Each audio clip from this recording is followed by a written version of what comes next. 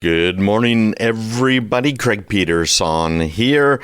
And I was just talking with Mr. Chris Ryan about some of the impact that we are beginning to feel with the remote hackers, right? Was this China? Was this Russia?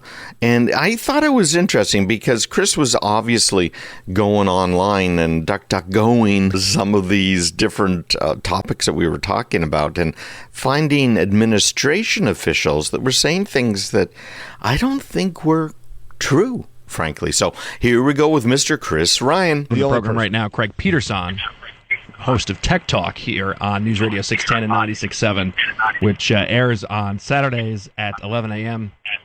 Craig, excuse me, 11:30. Craig, how are you? I am doing fine, and yeah, there's only one rattling. Thank you. I'd score another one for Chris. I just read what's on the screen. He's not just sucking up to me because I'm the host. He is legit in this circumstance. Craig, I got a lot of important things to talk about with you, and I want to start with what the United States is doing in regards to cyber attacks reportedly against Russia in retaliation for what Vladimir Putin has done in regards to election interference and also some of the cyber attacks that they've perpetrated against this country. What's the latest on this, and what do you see as being the state of play? There have been outages, of course, here in the U.S., and a lot of them attributed to just us making mistakes. A lot of people, businesses that are running parts of the Internet that did the wrong thing. So remember, again, the Internet is not run by one organization. It isn't run by the federal government. It is a whole bunch of networks that are connected together.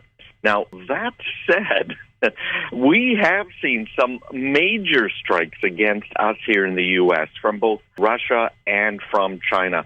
Frankly, China has been much, much worse at this, but the Biden administration has decided to really try and single out Russia. In fact, President Biden came out and criticized them and said, we are going to retaliate. We had a problem in Russia where the main Russian government websites were shut down.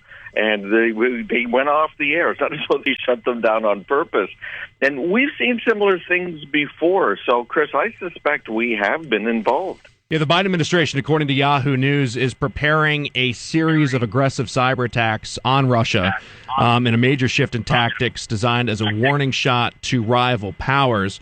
They are saying that they're not going to target civilian structures or networks, but the hack will instead serve as a direct challenge to Vladimir Putin and his cyber army, according to the Telegraph. Mm-hmm. Yeah, but the one to really worry about is China. This whole Russia thing has really gone overboard here. All of the real cyber experts are saying that China's the big one. We just had two major attacks that attacked and compromised tens of thousands of businesses here in the United States, as well as government agencies, as well as our schools, stealing our information, grabbing bank account information, personal health information, and none of that is attributed to Russia. It is entirely, including the federal government, Homeland Security, and the FBI, it's entirely attributed to China. But yeah, it looks like we're doing a little saber rattling. According to what the American government has said, the agencies believe that the SolarWinds attack was actually perpetrated, and they have traced back to the Kremlin, and this is going to be retaliation for that. So you do not believe that's the case? You believe it is China that perpetrated SolarWinds? Yeah, most of what we're seeing with SolarWinds actually originated with Microsoft and Microsoft's 365 system, and more particularly with Microsoft Exchange servers. And apparently both countries, as well as some others, have been involved in this. No, I don't say that it was not Russia at all, because there is some evidence that they were involved in it. But the most dramatic stuff has been caused by China, has been coming from China. Now, I've got to explain one other thing here. Sure. The reason there are questions about this isn't because people are trying to hide things or cover up or blame a country that had no involvement. The reason it's so hard to figure this out entirely is we don't know where it really originates. We can track down a little bit. We know, okay, there's an IP address it came from, but that IP address was someone's home computer that had been compromised and is part of a botnet. And then that home computer, if we get our hands on it, we can see, that was compromised from this machine in India. And that compromise came from here or there.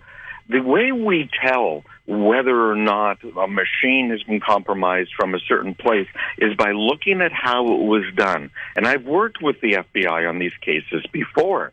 And so I can tell you what we're looking at is a fingerprint. What tools did they use? How did they use them? Once they got into the network, how did they spread? And it is easy enough for the Russians or the Chinese or the North Vietnamese now to come in and do something just as though they are someone else. And it's much like these people that commit crimes, and the police look at it and say, okay, this has the same MO, modus operandi, as this other crime, therefore they're probably related.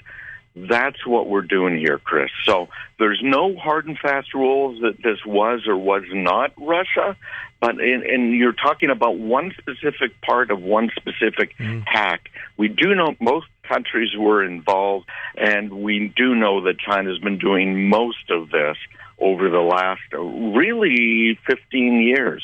U.S. National Security Advisor Jake Sullivan, who's from New Hampshire, was a part of the delegation that met with the Chinese in Alaska, and that wrapped up over the weekend. It began with a very tense standoff between the two nations, which was supposed to be a photo op, and instead they engaged in, as you referenced before, some saber rattling between the two sides. And I'm interested in what your takeaways were from that, as Mr. Sullivan has continually said that traditional sanctions are not going to be what the Biden administration uses in these circumstances. And there's going to be different elements as the United States, again, looking at the cyber side of things in regards to attacks and following up from previous attacks, perhaps perpetrating new ones in a new type of response. Yeah, there are many options available. We do, in every branch of the armed services, have people who are not just there to defend, but to attack. And we are continually looking into that. Of course, the NSA, we've seen before, are tools that were offensive cyber warfare tools. We've seen them used. And we just saw China here last week tell Tesla that it cannot be selling cars in China because it has 7 cameras and it has all of this other computer equipment, and they think that we might be using it to steal information. And of course, Elon Musk came out and said, no, that's not the case. But that's the sort of thing we really could be doing if we wanted to do it. You can be sure we're probing their networks. You can be sure we're into them as much as we can be.